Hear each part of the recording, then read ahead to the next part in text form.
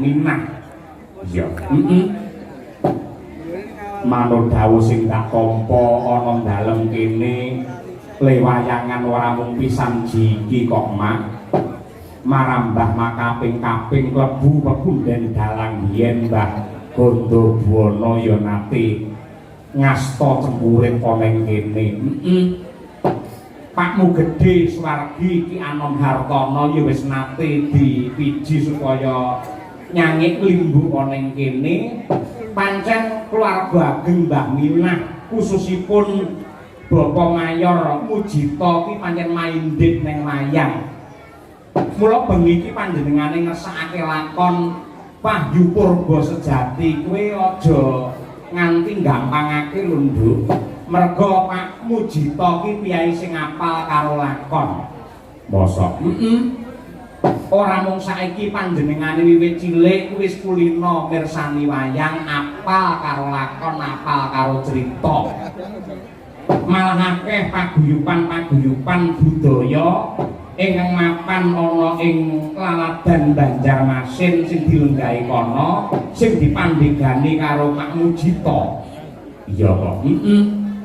Nadyanto Ripalungguhan iki panjenengane bertugas sebagai polisi militer TNI Angkatan Darat ning Jakarta Pusat. Ning uga aktif ning organisasi maupun kemasyarakatan. Buktine panjenengane dipercaya sebagai ketua Pengprov Perbosi Kalimantan Selatan, penasihat Pengprov Panahan Tradisional Kalsel, dan wakil ketua Pengprov Barongsai Kalimantan Selatan, lan uga ketua Kerukunan Keluarga Jawa Timur ing Kalimantan Selatan, pembina paguyuban Pawago ing Kalimantan Selatan, dan juga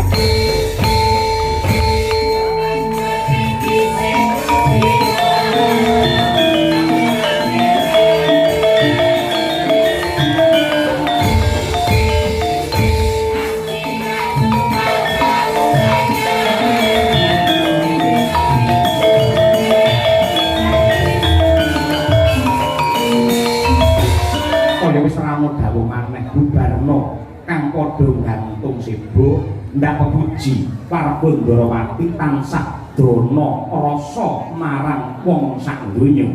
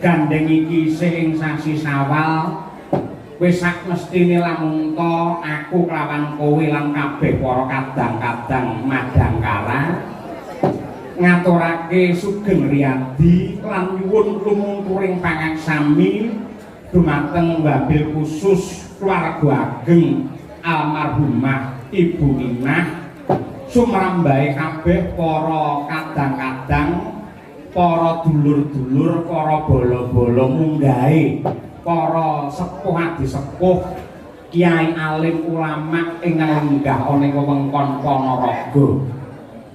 Ngono ya, Pak. Kaya ngono. Iya. Ora liwat ngestokake dawuh biyung. Primalungguhan iki awake dhewe ngestokake dawuh pepunden supaya sowan ana laladan mringin kauman Ponorogo. Ngono ya yo. Ngestokake dawuh pepunden kula Bapak Mayor CPM Mujito SHMM ingkang rembulan niat kalian Ibu Sri Wahyuni saha keluarga ageng Simbah Ninah. Ya. Manut dawuh sing tak tampa ana dalem kene lewayangan ora mung pisan jiki kok mak marambah makaping-kaping klebu pepunden dalang yen Mbah Gondobuwana ya nate ngasta cempurit ana ing kene. Pakmu gedhe swargi Ki Anom Hartono ya wis nate dipiji supaya nyangik limbu ana ing kene. Pancen keluarga ageng Mbah Minah khususipun Bapak Mayor Mujito ki pancen maindhit ning wayang. Mula bengi iki panjenengane ngersakake lakon Wahyu Purba Sejati kuwi aja nganti gampangake lho, Nduk. Merga Pak Mujito ki piyai sing apal karo lakon. Mosok? Ora mung saiki panjenengane wiwit cilik wis kulino mirsani wayang, apal karo lakon, apal karo crita. Malah akeh paguyuban-paguyuban budaya ingkang mapan ana ing laladan Banjarmasin sing dilenggahi kono, sing dipandhegani karo Pak Mujito. Iya kok. Nadyanto Ripalungguhan iki panjenengane bertugas sebagai polisi militer TNI Angkatan Darat ana ing Jakarta Pusat. Ning uga aktif ana ing organisasi maupun kemasyarakatan. Buktine panjenengane dipercaya sebagai ketua Pengprov Perbosi Kalimantan Selatan, penasihat Pengprov Panahan Tradisional Kalsel, dan wakil ketua Pengprov Barongsai Kalimantan Selatan, lan uga ketua Kerukunan Keluarga Jawa Timur ing Kalimantan Selatan, pembina paguyuban Pawarga ing Kalimantan Selatan dan juga pembina Reok Pawarga ing Kalimantan Selatan. Oh kaya ngono tegese pancen Pak Mujito ki piyai sing budaya ya Mak. Temenanan. Mula lemayang sing ati-ati sing teliti. Panjenengane iki wasis, panjenengane pinter karo lakon lan manut dawuh sing tak tampa saurunge ngasta dadi TNI, panjenengane iki jane cita-citane ya pengin dadi dalang. Mosok Pak Mujito iki nang sore kepareng-paring dawuh. Ngoten Mas Sahyo kula jane riyen pengin dadi dalang. Kula lakon niku apa? Ning kula yen kon nutuk gamelan mboten iso. Mongko sing jenenge dalang niku kudu ngerti kalih gamelan. Lah elek kula nutuk gamelan niku mboten iso. Batinku timbang nutuk gamelan luwih becik nutuk sinden. Kuwi abot sanggane malah kaya ngono kuwi. Ning malah panjenenge ngasta dadi polisi militer TNI Angkatan Darat ku malah becik malah apik kono. Iya, luar biasa itu, Pak. Banjur panjenengane kagungan kersa apa? Tasakuran pernikahan sing dipalakramakake ya kuwi putra saking Bapak Mayor CPM Mujito SHMM kaliyan Ibu Sri Wahyuni ya kuwi ngantarane Roko Mas Bagus Bribda Arbi Yuda Pradana ingkang palakrama kaliyan Mbak Yu Roro Nindyari Di Astuti SPD. Akad nikah wis ditindakake nalika 2 Februari 2020 ana ing Banjarmasin. Resepsi tanggal 9 Februari 2025 ing Banjarmasin. Nah, tasakuran kanthi pagelaran wayang kulit iki digelar ana ing dalem Bringin, yektine kaya sing didhawuhake nalika sore.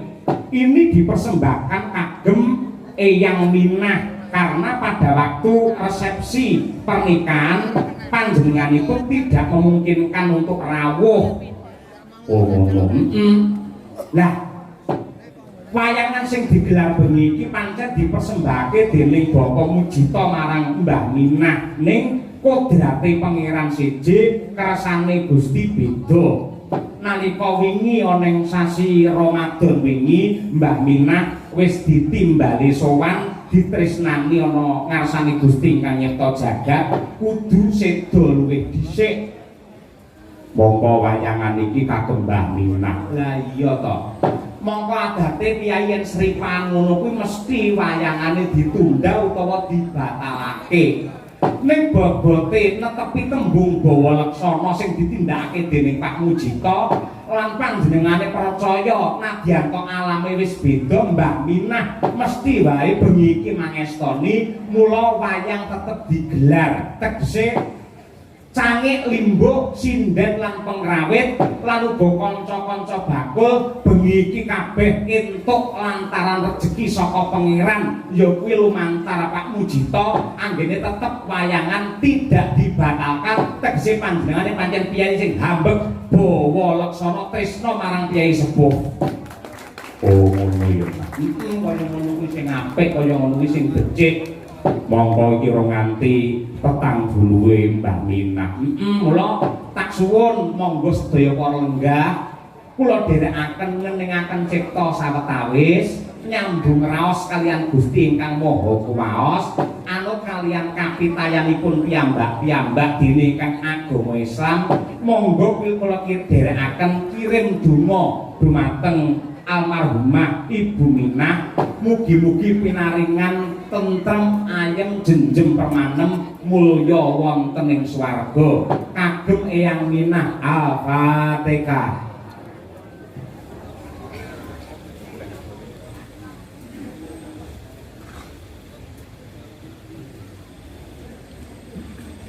Amin amin ya rabbal alamin. Sembah nuwun donga pangestunipun para sepuh.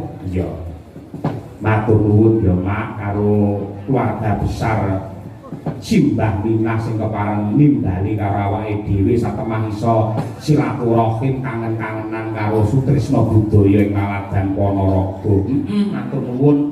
Lan ugi ngaturaken salam hormat ingkang kepareng monitor lumantar streaming nenggih pepunden kula ingkang kinantun pakurmatan Bapak Lekjen TNI Purnawirawan Bapak Dodi Wijanarko. Iya, aku wis nyuwun pangestu nalika sore mau lumantar WA.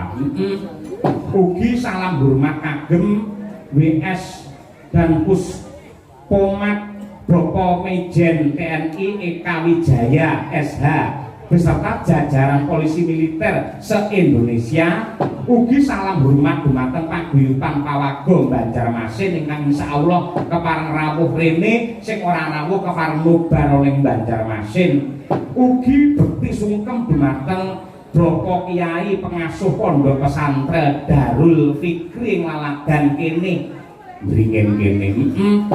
Salam hormat dumateng para pepunden dalang Mbah Yatno, Mbah Sento, Pak Manto, Pak Puguh lan ugi kadang kula sepuh Raka Mas Ipung Purba Sasongko sing kepareng ngaturake ya kuwi pawiwahan wiwit sore mau. Oh ngono. Disuwunake marang purbane pangeran muga-muga temanten kekalih Raka Mas Arbi karo Mbak Nindya tansah mandya sakinah mawaddah warahmah kebak barokah ampuh wahyune jodoh satemah pinaringan katentreman lahir batin lan ugi keselamatan donya kaping akhir yo nak. Yo ora perlu kakean gunung sing tanpa guna, saiki ngaturake wiwit saka sing klasik luwih dhisik ngono. Kula nyuwun dumateng Ibu Sukesi Rahayu. Sukesi supaya ngaturake apa? Sing klasik ya kuwi jineman ular kambang yen ora kleru larase pelok patete 5. Oh ngono. Kejawi kantur dumateng keluarga ageng Ibu Minah ugi kula aturaken dumateng sedaya para sukesna budaya khususipun lenggih caksi lover dimanapun Anda berada. Mligine meneh khusus meneh ya kuwi anak kula wadon. Oh iya. Anindita. Ya. Monggo Bu Kesi kinarya ngleremaken swasana nglakoni nembang jineman lur kambang. Monggo Bu.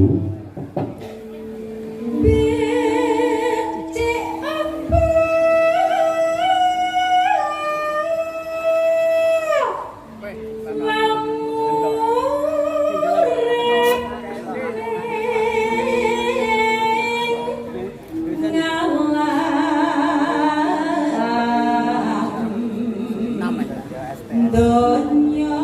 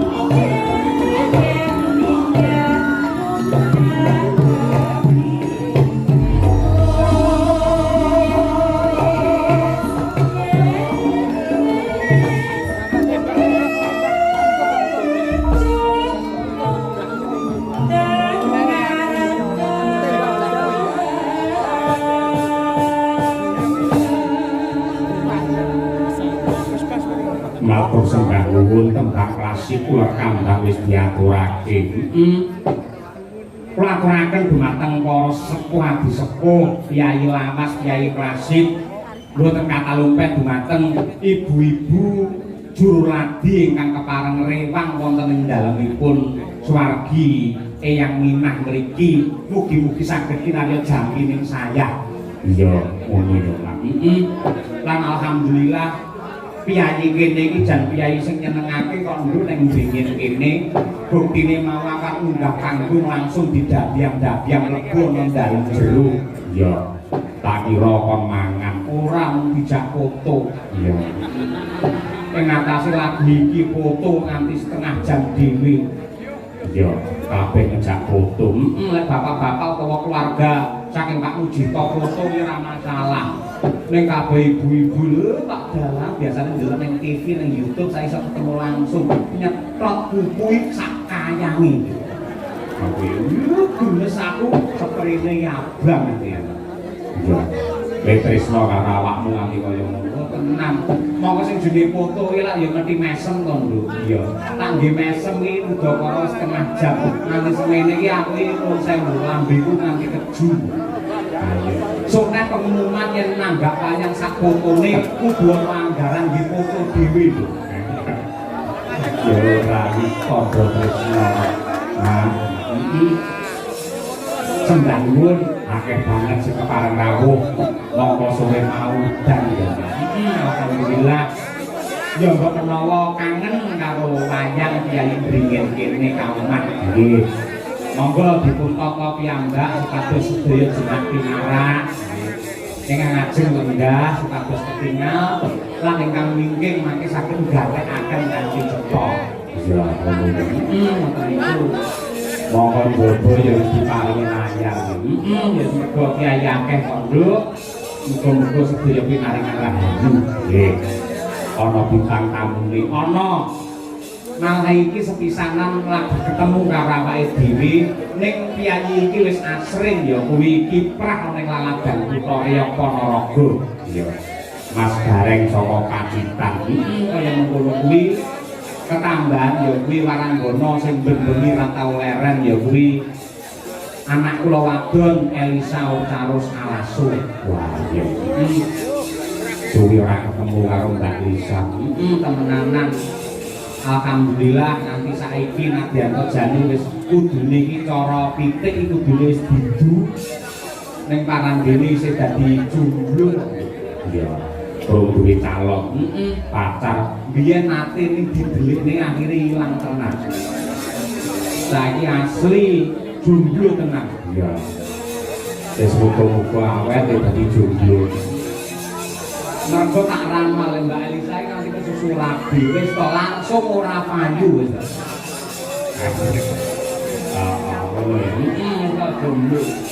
Mula sumpah Mbak Elisa sakjroning batin kowe iki janjiya kowe prasetya. Sakjenge urip aku dadi sinden dadi bintang tamu ora bakal kenggo karo wong lanang, ora bakal rabi karo wong lanang, kejaba milih dalange.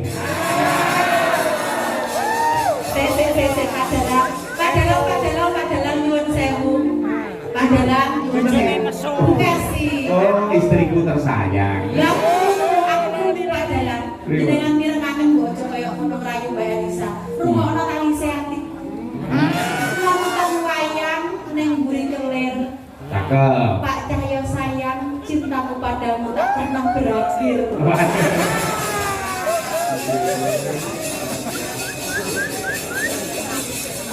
Nonton wayang ning mburi kelir nguyuh. Bukesi sayang entuk to aku wayuh. Keprok taruh gasmu. Sik Pak Gareng saka Pacitan luwih dhisik men jumeneng. Ya, tumrake prau. Monggo pinarak mriki Pak Gareng. Yo.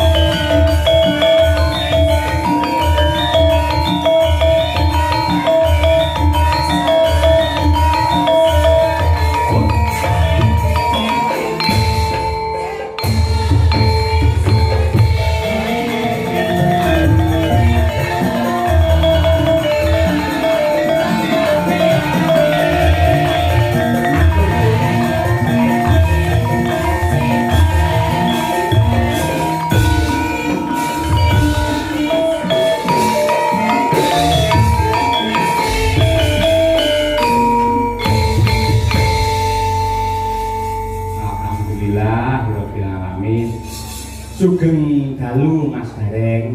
Wilujeng dalu Mas Cahyo Utadi. Nah, nggih. Mas Sange Mbok Limbo. Nggih. Derek diajar nembe sepindah Mas nggih. Nggih. Alhamdulillah muga-muga pinaringan wilujeng slamet boten wonten alangan setunggal menapa. Amin ya rabbal alamin. Penonton kaya ngene bane lho Mas. Pripun? Padahal niku wau Jawahe nggih kados ngaten. Nggih. Ning kok nggih wah jan penonton tenggene dingin niku. Kok nggih tetep kathah sanget. Awit niki nuwun sewu Mas Cahyo. Pripun? Mbok bilih kula niki lek dalu menika mboten tanggapan. Dalu menika sanes yen ngendikane jenengan bintang tamu. Kula niku lek teng Ponorogo namung nderek dolan badhe sungkem panjenenganipun Rama Mujito. Niku Intinipun badhe sungkem. nggih badhe sowan sungkem karo badan. Sing sepisan kula badan kalih Kang Hamengkugati, ingkang ngomong kalih menika badan dulur-dulur kula sing tenggene mriki. Nggih. Wow, kok nek pamane kula ki ditanggap lho Mas, esuk nanggap kula. Awan nanggap kula, bengi kula lagi pun boten tanggapan kowe, Mas. Lah napa? Lah kita namung derek ketut buri jenengan nonton wayang naik kula crunteni namung wonten. Panjenengan asring tindak wonten ing Ponorogo menika tegesipun dipun tresnani kalih Kyai Ponorogo. Leres Mas Cahyo menika Kula nggih sok nonton teng YouTube. Jenengan niku ndereke Mas Guritno, nggih ndereke Mas Ibu Purbasasongko, Mbah Yatno, mesti nggih duete kalih Mbak Elisa. Jenengan nek teng YouTube ngadeg berdua kalih Mbak Elisa, wah luar biasa. Mbak Elisa jan kaya Batari Kumaratih, jenengan kaya komodo. kula ki senes komodo Mas Cahyo. Lah napa? Kadang. Oh, menungso kan nggih pun sewu Mas Cahyo. Pripun? Paribasane kula dalam panjenengan teng mriki nuwun sewu priyayi Ponorogo niku priyayi ingkang kebak ingkang mulya, seneng budaya, seneng nanggap wayang. Nggih. Pangkat paribasane dadi wisatane, nanggap wayang tontonan dadi camilane. Niku lho. Koe maindhen kalih wayang nggih. Nggih, kula Pak Mujito pun sen ora ndudohne pangkate. Boten ndudohne derajate, boten ndudohne donya pandhuwene ning Pak Mujito niku sami kalih kula. Samine nggih napa ndak madak-madake Pak Mujito. Pak Mujito ki najan seorang perwira. Nggih. Nuwun sewu biasane niku lho pun gadah embel-embel niku dugi putih-putih niku mawi napa niku sing teng mriki mbelan niku dibeto matuk. Oh nggih. Beto kondur teng desa. Nek Pak Mujito mboten kaya aku Mas. Teko dok ki najan kula nggih gareng kadang kala dagel. Nggih. Aku budal ki yo celana nandhek nganggo sandal jepit rambi kula elek ngoten. Kok bublem Pak Mujito ngomong monggo Mas, wajane teng wingking dihilati. Ya wong nek jenengan kan nggih wong-wong niku dinomersatukan Mas Cahyo. Nuwun sewu ngendikane jenengan foto mawon ngantos setengah jam. Nggih. Bukesi setengah jam. Menika di kula sing saking kulung setengah jam. Sedaya Widyawati setengah jam padha foto. Jenengan nggih foto. Oh, sak jam foto Mas. Setengah jam lah kula malah sak jam. Ing bar wonten plengos ngoten langsung dihapus. Loh, lah sebabnya lah kebanggaan kok bisa foto kali gareng. Parah wong memori wis blah kok Mas tirai putih iki memorine langsung full Mas. Mawon niku pas kula badhe foto mlebet mriku, enten bayi sik cilik ngoten niku nangis wer-wer. Bareng kula jak foto alhamdulillah langsung meneng Mas gareng. Wah, sami kali kula Mas Iwa. Jenengan nggih kali Lho gareng. lho lho. Kenapa nek bayi foto jepret mari nangis. Nggih. Terus napa niku lari putri-putri cantik, tetemplok seneng. Bareng to wong meteng Mas. Foto jebret ngoten plengos ngono, amit-amit jaga bayi. wong kaya kula jenengane diampun sia-sia. Mboten. Wah, alhamdulillah saestu Mas. Saged sowan derek panjenengan Mas Cahyo Kuntadi, seorang dalang dan seorang dosen, seorang presiden dan juga seorang dosen ingkang dados tolak ukuring kula anggen kula mudi kawruh tenggene budaya Jawa Mas. Muga-muga ora keluwihan ya ora kekurangan. Amin ya Tata cara anggah ungguh etika dan estetika niku kula tut pingking panjenengan clear wonten pundi kemawon Mas Cahyo. Nggih. Menika dalam rangka tasyakuran pernikahan pun prisa mantenipun sinten? Patene kula lali lho Mas, asmane lali pun gak kula ke bapak kula tani, mbok kula nggih tani, kula dhewe namung sing derajate dhuwur. Kok mboten sombong. Bener derajate dhuwur. Lho, Pak Mujito, Mas Manten itu sarjana hukum. Lho, kula nggih SPD lho Mas. Wah, sarjana pendidikan. Sumpek perkara dhuwit. Ya ampun ngoten. Wong nggih Pak. Kemanten kakung menika Raka Mas Brida Arbi Yuda Pradana kalian Mbak Yuroro Nindi Ridi Astuti SPD. Nggih, wah iki nuwun sewu Mas Cahyo. Pripun? Najan kula ke omah-omah pen kepara 20 taun yen badhe ngomongi badhe napa niku nuturi niku pun paribasane nguyai segara. Namun derek dedonga kula mawon ikhlas lillahi ta'ala saking krentek ati kula dongakne dulur kula lanang dulur kula wedok anggenipun bangun balinisma muga-muga dados keluarga ingkang sakinah mawaddah warahmah. Amin. Pikantuk wahyu kang tinemu, pikantuk wahyu jojo ngarsanipun Gusti Kang Maha Agung oke rezeki panjang yuswa. Amin. Kula pitados menawi donga panjenengan menika gedhe dayane turya mandi. Wong nyatanipun jenengan nggih anggenipun bebrayan nggih dipun paringi guyub rukun mawon to? Nggih to Mas. Kok guyub rukun alhamdulillah kok jenenge paugrane wong tuwa Mas nuwun sewu. Bapake ayu kaya ngapa iki tetep bojomu. Cantik kok kaya ngapa ndikane jenengan tetep bojomu. Lah kula kan nggih to ngoten. Dolan tenggene mall Madiun.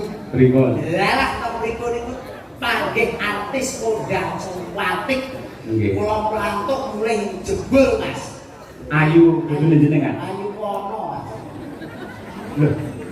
Nun sewu warah agama niku sampun paring piwulang. Nadyanto wong wadon ayu digelar teng jagat, piye carane awake dhewe tetep menganggep lamun kok bojone sing ayu dhewe ngono lho. Lah sakjane kula nggih wonten ing nek masalah kesetiaan nuwun sewu lho. Wong jenengan ngendikan mawon badhe remen kali Mbak Elisa nuwun sewu. Mbak Kesi pun ngendikan kowe iki bojomu ning nggih kalah romantis kalih kula Mas. Kok iso? Kula nuwun sewu bojomu ki ning ndinggon tak gandeng Mas. Jan ketok rukun tenan. Ketok mesra. Ponorogo tak gandeng. Jak pundi melih? Tak teng Madiun kula gandeng. Tenggene Surabaya kula gandeng. Mlebu tenggene mall sebelah itu kula gandeng. Mesra banget nggih. Padahal lek boten kula gandeng yen jupuki napa-napa.